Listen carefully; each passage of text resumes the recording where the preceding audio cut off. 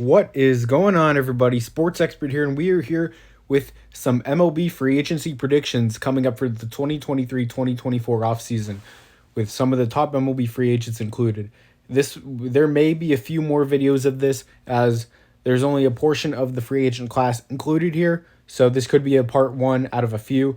So before we start the video, please hit the subscribe button if you're new to the channel, turn on the post notification bell, like the video, comment what you think. Liking the video and commenting helps us in the algorithm, so would appreciate that very much, everybody. It helps my channel out, it helps everyone around on the platform, so would be appreciated so much. But we're going to get right into it, as our first free agent we'll get into is Philly starting pitcher Arano Nola. Arano Nola has had a very up and down career, been more of a solid pitcher than not, but there's going to be a lot of teams searching for pitching this offseason, and a team I believe he could possibly go to is the St. Louis Cardinals.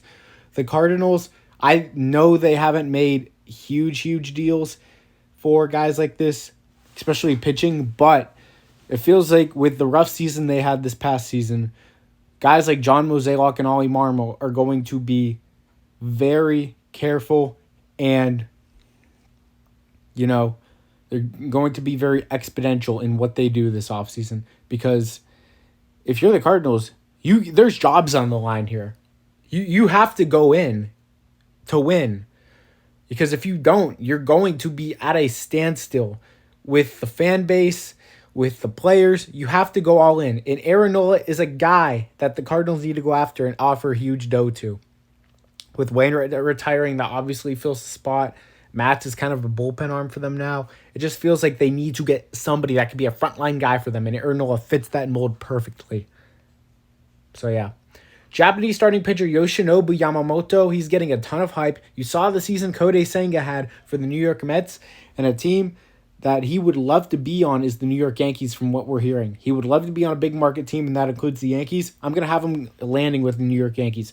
They're going to have a opening for starting pitching. They're going to want to add, of course, under Brian Cashman once again after a disappointing season missing the postseason. So Yamamoto could be a guy that makes a huge impact early on. So if you're a Yankees fan, he's a guy you got to keep an eye on, and, just somebody that could make an immediate impact. 5-time All-Star in Japan, huge. Cubs, Cody Bellinger. Cody Bellinger had a resurgent year this past season, hitting over 300 with over between 25 and 30 home runs. Of great season for Bellinger. The Cubs, they're going to want to keep him, but it sounds like he will be leaving somewhere. Not certainly because of where the Cubs are at, more that Bellinger will likely find a better deal somewhere else, and a team that could offer him that deal is the Toronto Blue Jays. The Blue Jays were actually considered the front runner for Bellinger last year for a while, but then the Cubs swooped in, signed him to a one-year deal, prove it. So the Blue Jays weren't able to land him, but he would be a perfect fit for their offense. They need another guy that can slot in, especially a lefty, and Bellinger is perfect. He's the best bat in the free agency class, and the Blue Jays cannot hold back here. Padres starting pitcher Blake Snell. The Padres are at a standstill as well right now. They don't know what they're doing this offseason. They may try to cut some payroll. Blake Snell, after a disappointing season, but Blake Snell, probably going to be the NL Cy Young winner. He's expected to get a huge contract. He's won the Cy Young and now the American League and the National League, more than likely. And a team that should go after him is the Boston Red Sox. Without Kyle Bloom out there, the Red Sox should be expected to be more aggressive in the free agent market now, as they made a new hire this past week. So can't remember who they exactly hired. Craig something, I don't know, but yeah, the Red Sox, they should be very aggressive here. Would be a humongous pickup for this team. I think this would jolt them huge. It could be a turning point for a team that struggled this past season, and it could be huge for an Alex Cora-led team. Another team that has jobs on the line, especially with Cora and this coaching staff. They're going to want to expedite the baseball club, and Blake Snell would be a nice start. Blue Jays third baseman Matt Chapman. Matt Chapman had a really solid season. He had a really great April and May, MVP caliber, but he just kind of fell apart there. But still had a very solid season nonetheless. And will the Blue Jays want to pay him? I'm not too sure. They know there's inconsistencies with Chapman. And a team that has a lot of payroll saved is the Los Angeles Dodgers, of course. The Dodgers, They're a team that's looking to add another bat, and I love the possible addition of Matt Chapman. I don't think there's any out there that the Dodgers could definitely offer him what he wants, and I could see them trading prospects like Michael Busch, who could possibly fill in the infield, but those are guys that probably won't due to the Dodgers spending. I could see them possibly trading for a starting pitcher, but we'll see there. But so Matt Chapman to the Dodgers. And another Dodgers player, I should have included this one later, but Shohei Otani. Let's just get it over and done with. I think the Dodgers are a heavy favorite to land him this offseason. There's a reason why the Dodgers did not spend over the past offseason, and a huge reason is probably because of the generational talent Otani. Starting pitcher DH. The problem with Otani coming up this season, he's not going to be able to pitch. So he's just going to be a designated hitter. But nonetheless, he should still get a huge contract. 10 to 12 years, $500 million could be a possible outcome for the Dodgers. Someone's going to pay him, and the Dodgers are going to be up there as a favorite. And looking at it, the Dodgers, they're going to spend big. They just got swept in the postseason. Their one World Series title over the past 30 years is a COVID title. They want to win. Padres relief pitcher Josh Hader. I've highly considered the Padres keeping Hader here, but I believe he goes elsewhere. And Dave Dombrowski gets his bank account ready once again. And the Phillies will be the team that goes and gets him. A team that just fell short of the World Series. They know they need one more reliever. If they can add a Josh Hader, that makes them a top favorite in all of baseball. Looking at it, they've made 2 NLCSs in a row. They know if they can just make one huge addition, that could turn them into a team that could win it all. Josh Hader is the perfect addition. A 1.28 ERA this season. He had a bit of a down year in 2022, but he had an absolutely generational year in 2023. So looking at it, the Phillies could add him, but looking,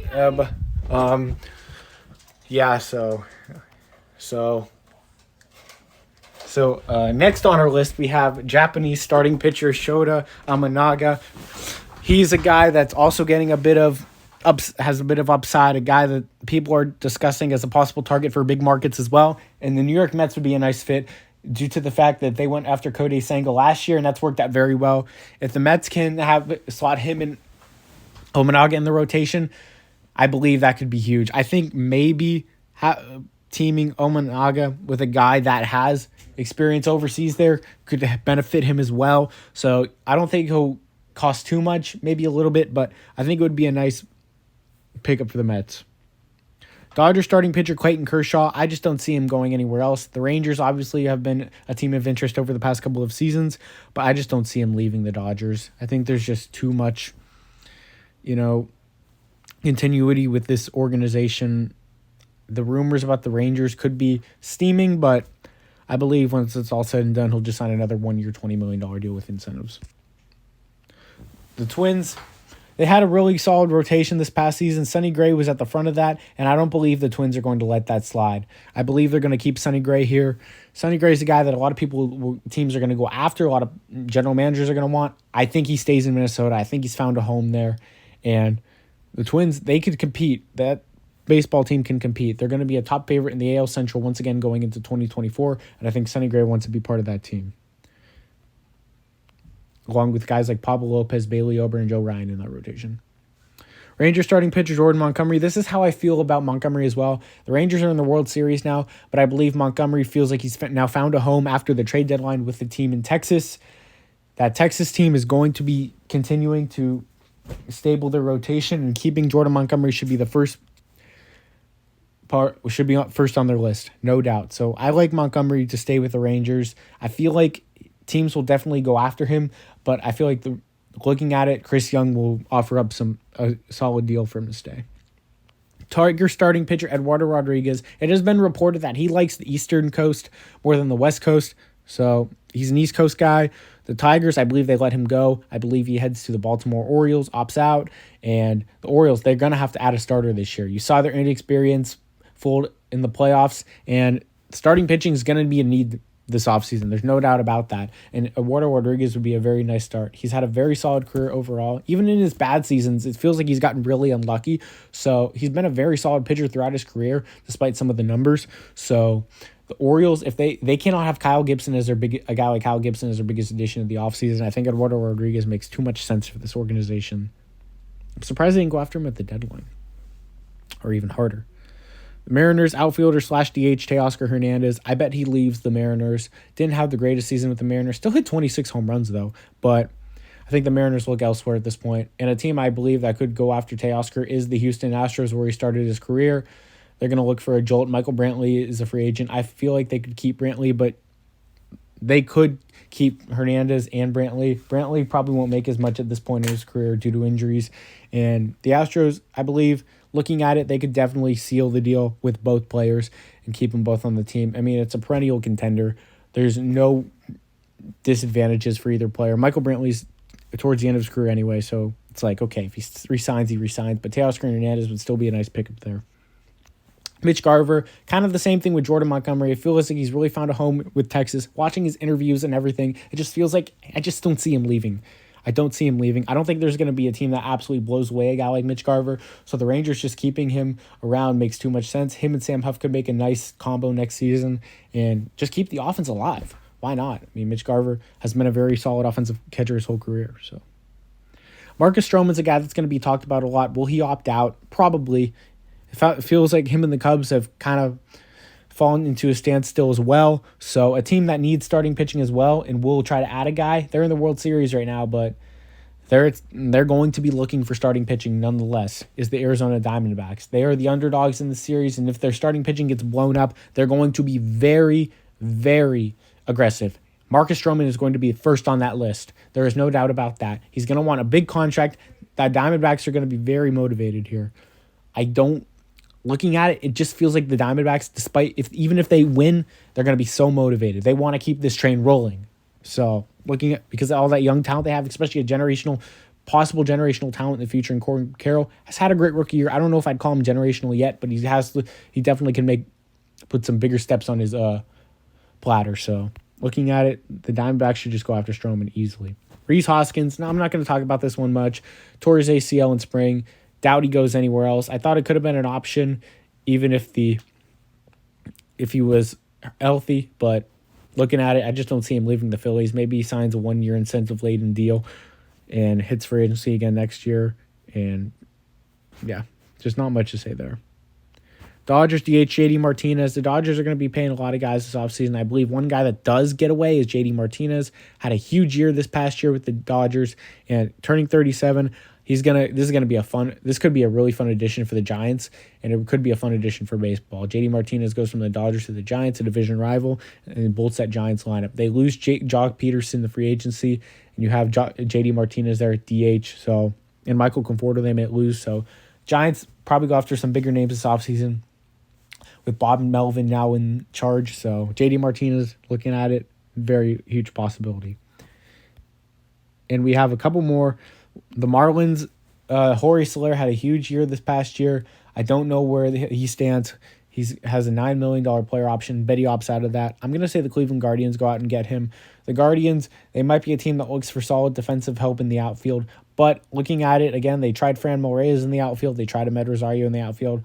So it's not like they prioritize defense a ton. They just wanted to put those guys in the outfield because they know their bats are solid. They could look at the same thing with Jorge Soler as well, because he has the power bat that could help this Cleveland Guardians team.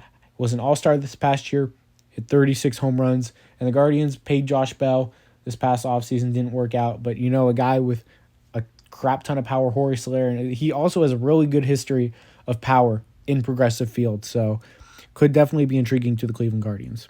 And Brewers outfielder / first baseman Mark Canha. The Mariners replace him, Teoscar Hernandez with him. Obviously not as high upside as Hernandez, especially with the power, but he's a guy that can get on base. He's a very good teammate too / leader. A guy that could definitely make an impact for the Mariners, even if he's not hitting a ton of bombs. But there's a reason why a lot of teams went after Canha when he was a free agent a couple years ago. And there's a reason why he was highly sought after the trade deadline. The Mariners will try to offer him a cheaper deal and build their team around other positions. But getting a guy like Canha can definitely help. So I appreciate everyone being here. Sports Expert here. Please hit the subscribe button to the channel. Turn on the post notification bell. Like the video. Comment what you think about my predictions and what you would say. So Sports Expert here. I'm out, guys. Probably more predictions coming up in the near future. Peace.